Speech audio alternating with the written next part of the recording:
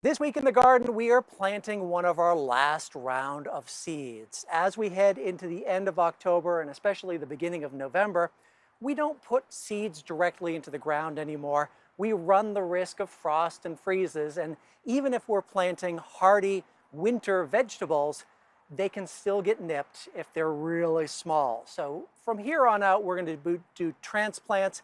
I may gamble with a few carrot seeds from now and then.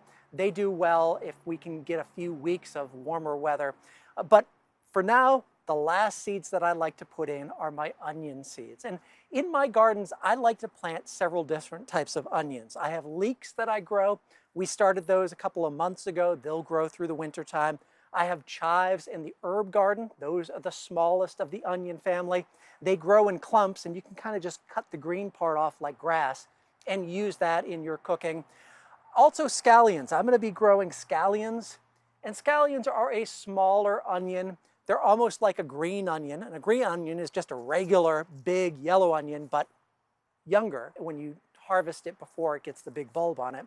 But scallions they're almost like a shallot, but they grow a bulb underneath instead of cloves like a garlic and shallot does. So I'm going to do some scallions. I'm also going to do another round of onions, and I like to plant these from seed in the fall.